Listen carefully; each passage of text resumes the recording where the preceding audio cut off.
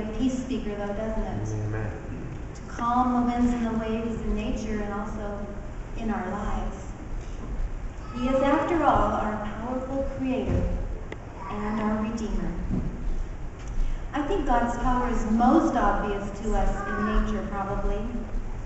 Like our opening hymn said, I sing the mighty power of God that made the mountains rise, that spread the flowing seas abroad, built the lofty skies. I sing the wisdom that ordained the sun to rule the day. The moon shines full at his command, and all the stars obey. Powerful, powerful God we have. The incident where I felt the most vulnerable and feel like I witnessed God's power in nature up close was one summer when Dave and I were traveling across the United States years ago from Maryland to the West Coast. Our route took us through Colorado and Utah, and we wanted to take a day to see Dinosaur National Monument. We arrived late on a summer evening and decided to camp at a rustic campground in the park. The road was steep, narrow, windy as we made our way down to the bottom of the gorge where the campground was located. As we slowly made our way down, we realized that a lightning storm was moving in above us. I've never seen anything like it before or since. There were no trees in the area, just sagebrush. It was definitely big sky country.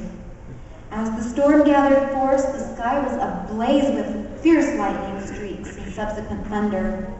It was eerie and a little scary, but what I really remember was the power that I felt in that storm and how small and vulnerable we were. How defenseless we really were against the forces of nature. The power of God is very clear when we see thunder, lightning, huge storms, earthquakes, hurricanes. But it's also very powerful when we see a tiny little baby, a newborn baby. Animals, huge, small, beautiful sunsets, spectacular beauty everywhere. God created this world. He created the space around it. He created the living things that inhabit it. He just spoke, and it was so. We can't even begin to understand it, but we know that he exists. It took a divine power to create this world as we know it. There had to be a maker, an almighty creator, to even come up with the ideas, much less make them a reality. Job in chapter 26, verse 7 said, God stretches the northern sky out over empty space and hangs the earth on nothing. All of these forces of nature that we see give us only the tiniest hint of God's immeasurable and awesome power. And this is the message that Job wanted to convey to his friends in that verse. That God's power and his abilities are too awesome for words or thoughts to even comprehend. We just need to accept it. But the amazing thing when we really stop to think about it and the reality finally hits us is that God has made the same incredible, awesome power abundantly available to us through prayer. The mighty ability within the hand of God that created the heavens and flung the sun into space, hanging on nothing, is available to you and to me. Yes. All we need to do to access it is to pray to God and to put our trust in him. The Bible is full of great stories testifying of God's power in people's lives. We've all heard those stories many times. Yet, when we need God's power the most, those stories seem to move to the back of our minds and we begin to doubt. The world's worries fill our minds and crowd out God's proven power. The next time you face a difficult situation and you need God's power, remember Moses and the Red Sea.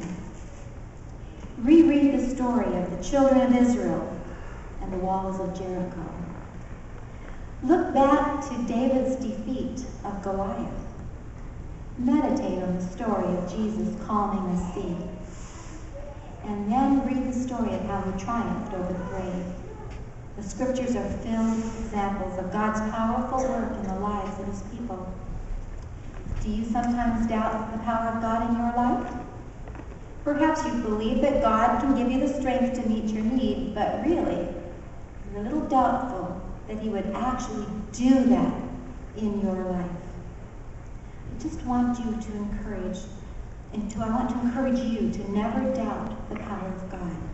Time and again, he proves his power to those who trust him. So what is it that might be a burden on your heart today? Is it your job situation, your home or your family, your finances or your health? Don't despair. Don't pray with an attitude of fear, but pray in faith and in trust. The one who is able, who created the heavens and the earth, and is also your maker, is able to help you. Amen. Simply pray, believe, and trust. Ephesians 1:19-20 encourages us to know, believe, and embrace the incredible power of God, which will enable us to do all things. Paul says, I want you to know about the great and mighty power that God has for us followers. It is the same wonderful power he used when he raised Christ from death and let him sit at his right hand in heaven. Let go of your worries and your cares today and trust that he will carry you through this time and provide his power to meet your every need. God's power is ours if we choose to accept it. Amen.